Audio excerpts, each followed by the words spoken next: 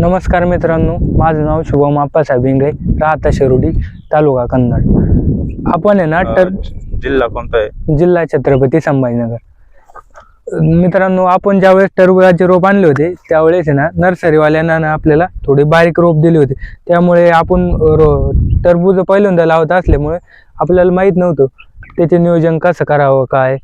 नंतर मला माहीत पडलं, उमेश भाऊचा कॉन्टॅक्ट तर होता माझ्याकडं, पण मग मी नंतर टरबूज लावल्यानंतर त्यांना 8-10 दिवसांनी त्यांच्याकडून मार्गदर्शन घेतलं. आणि ना मित्रांनो, माझ्याकडून एक चूक झाली होती. आम्ही ना बेसळ डोस टाकला गेला नव्हता, बेड पण व्यवस्थित पडले नव्हते. त्यामुळे ना आपल्या टरबुजाची ग्रोथ ना व्यवस्थित होत नव्हती. त्यामुळे आपण उमेश भाऊकडून कॉन्टॅक्ट घेतला व त्यांच्या सल्ल्याने ना हे बघा टरबुजाचा प्लॉट कसा आहे आज.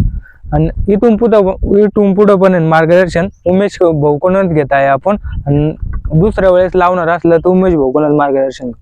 धन्यवाद. बर, अजून ज्यावेळेस तुम्ही आता सुरुवातीला लागवड केली होती तर त्यावेळेस खत वगैरे तर कुठलेच दिलेले नव्हते तुम्ही? नाही. तुम्हाला ज्यावेळेस आपली भेट झाली, ज्यावेळेस मी प्लॉटवर पहिल्यांदा बघायला आलो होतो, तर त्याच्यानंतर तुम्हाला जे खत औषध सोडायचे सांगितले, तर त्याच्यानंतर तुम्हाला किती दिवसामध्ये त्याचे रिझल्ट मिळाले? लगेच आपल्याला 5-6 दिवसातच ना वेलीची वाढ होण्यास मदत मिळाली. हो.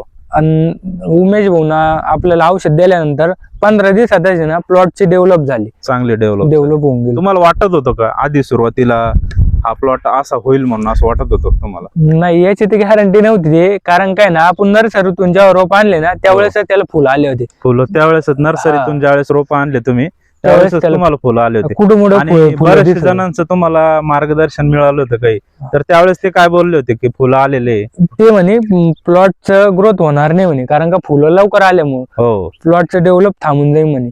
बरं. त्यामुळे आपण ना उमेश भाऊलाच बोलवलं, बाकी कोणाकडून काही सल्ला घेतला नाही आणि ऐकलं नाही. आताच्या प्लॉटची जर तुम्ही कंडिशन बघितली तर तुम्हाला काय वाटतंय, आता तुम्ही चांगल्या प्रकारे नाही का टरबूजचं उत्पादन घेऊ शकता का?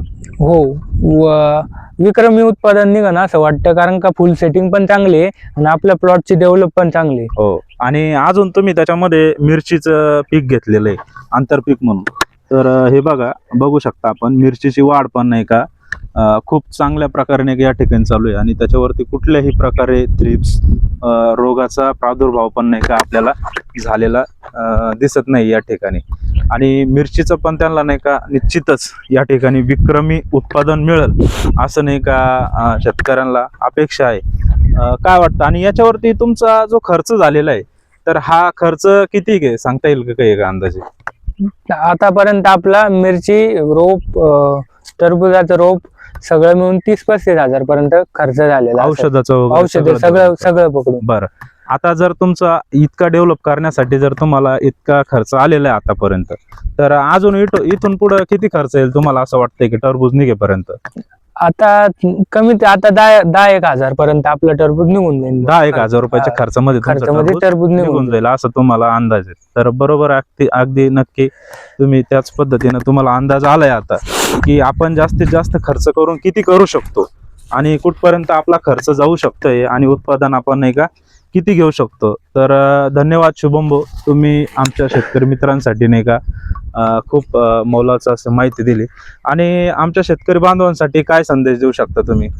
लावल्यापासून जर आपण शुभम ॲग्रोचं मार्गदर्शन जर घेतलं, निश्चितच आपल्याला विक्रमी उत्पादन मिळेल. आणि आम्ही पण आता पण आहे ना लावण्याच्या आधी शुभम ॲग्रो यांचं मार्गदर्शन घेतल्यापासूनच लावणार आहोत.